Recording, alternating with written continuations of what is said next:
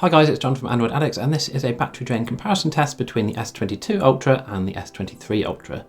So here I have got the Exynos 2200 and the 8 Gen 1 version of the S22 Ultra, and here on the right we have the S23 Ultra with its Snapdragon 8 Gen 2. So as you can see, these are all charged up to 100%.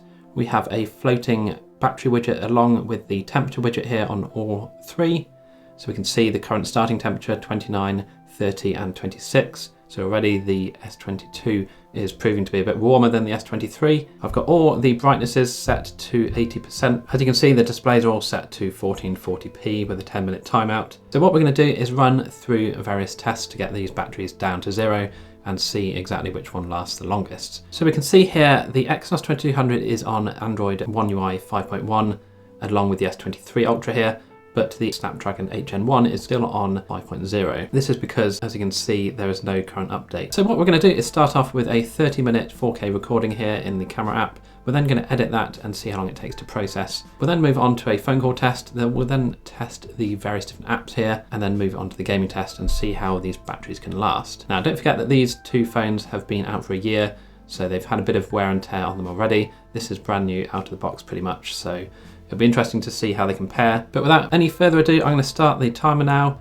unplug all three of these, and we will start off, like I say, with the camera test. Don't forget there are links in the description or the time codes if you want to skip to any particular section. If you enjoy this sort of video, do like and subscribe, because that really helps out the channel, and I will catch you at the end of the video.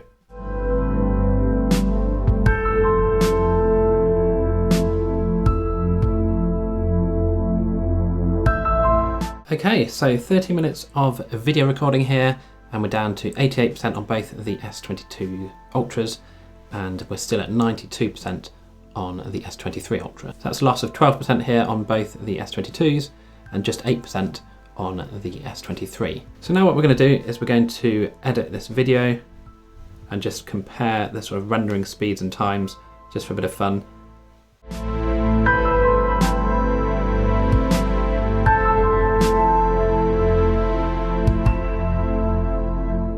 So that certainly took a lot longer than I was expecting, but we have now finished up. The Exynos was quite a lot slower than the Snapdragon 8 Gen 1 and 8 Gen 2. 8 Gen 2 was quicker, but the 8 Gen 1 was actually not too far behind. Obviously it does still get warmer than the 8 Gen 2, but yeah, pretty impressed there with the 8 Gen 1. Anyway, what we're going to do now is move on to a phone call test. So what we'll do is actually pop a SIM into each phone, and we will make a call for 30 minutes while the other two are just on standby. So we're actually testing the phone call, battery drain, and also the standby where nothing's happening. So at the end of it, we'll have 1 hour of standby time on each phone as the SIM moves between. And it'll just give you an idea as to what you might be able to expect if you leave your phone overnight or if you make lots of calls, for example.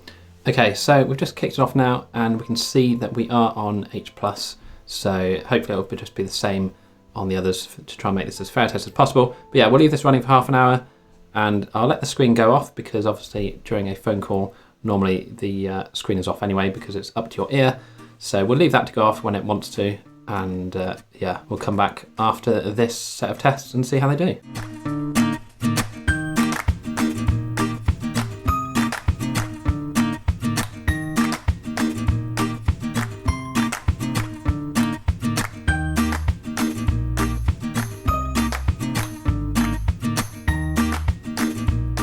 Okay, so for the calls, it looks like we lost about 1% for the half-hour call on all phones, and we also lost about 1% per hour in standby with the always-on display on. So yeah, 1% and 1% isn't too bad. It'd be nice if the standby decrease could be minimised, but 1% isn't too bad, and it's about to be expected really with the always-on display on. But yeah, hopefully that's useful. Let's move on to the Twitter test now, and we'll just scroll through Twitter for half an hour or so, and we'll see how much that reduces the batteries on all three phones.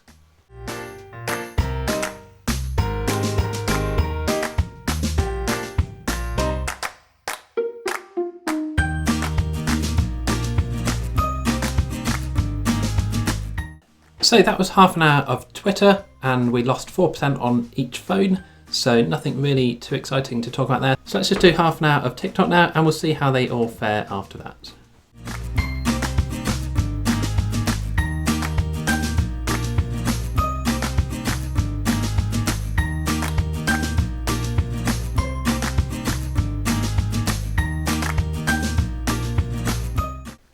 Okay, so that's 30 minutes of TikTok, and you can see we went down from 72 to 66 on the 2200 here. That's a loss of 6%. It's just gone down to 65 actually, so we'll call that 7%. The 8 Gen 1 went from 72 to 63, so that's a loss of 9%. And the S23 with the 8 Gen 2 went from 81 down to 75, so that's only 6%.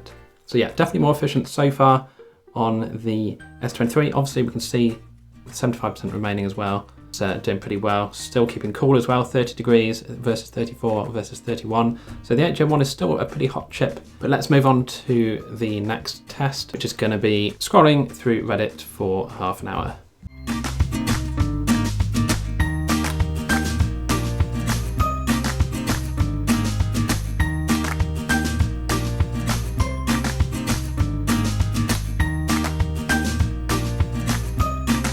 Right, so there we have it. That was half an hour of Reddit, and we lost 4% on the Exynos 2200, we lost 5% on the Snapdragon 8 Gen 1, and we lost 4% on the Snapdragon 8 Gen 2 on the S23. So not too bad, 1% more basically on the 8 Gen 1. See here, remaining 61%, 58% and 71%. So I'm starting to get a bit worried as to whether I'll be able to run this down before I'm going to go to bed, but hopefully we will be able to get there when we start the gaming tests. So let's move on to Instagram now, which is actually what I should have started before. We'll go into the reels and just scroll through these for half an hour, and yeah, we'll come back afterwards and see how they all do.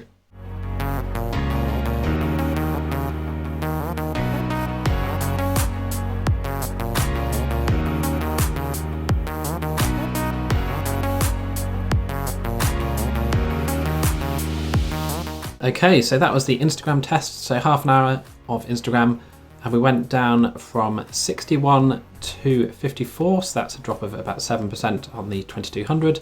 We went from 58 to 51 on the 8 Gen 1, so that's a drop of 7% as well. And we went from 71 down to 66 on the 8 Gen 2 in the S23 Ultra, which is a drop of 5%. So it's definitely more efficient, I'd say, than the other two. As we go through this test, we can see it's really starting to edge away from the others. Okay, so we're going to go through half an hour of Spotify just playing randomly.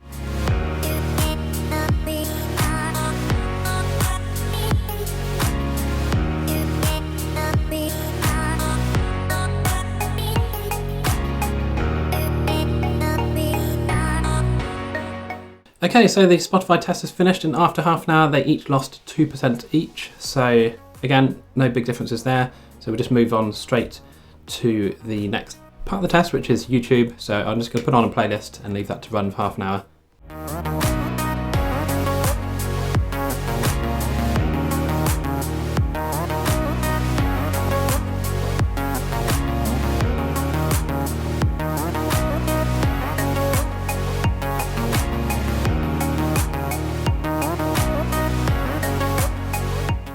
Okay, so during the YouTube test, we lost 5% on both of the S22s and just 3% on the S23. So we're going to move on now to Netflix. Now, obviously I can't show this on YouTube, so we're going to have to skip past this part, but we'll come back once they're done and we'll see how it goes. Okay, so half an hour of Netflix and we've lost 3% on each phone. So 3 on the Exynos 2200, 3 on the 8 Gen 1 and 3% on the 8 Gen 2. So all about the same there for Netflix. Let's move on to a gaming test now, and we'll see how low these batteries can get. So we'll start off with PUBG Mobile. Just go into the training ground in PUBG.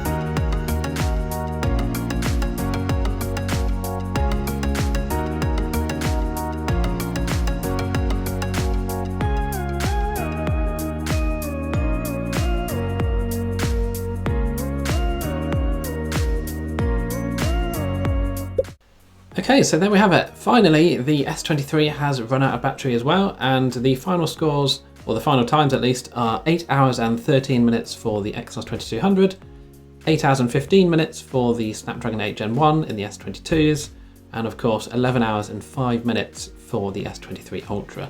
So obviously 5,000 mAh batteries, these are big batteries, but 11 hours and 5 minutes is outstanding. That's really impressive.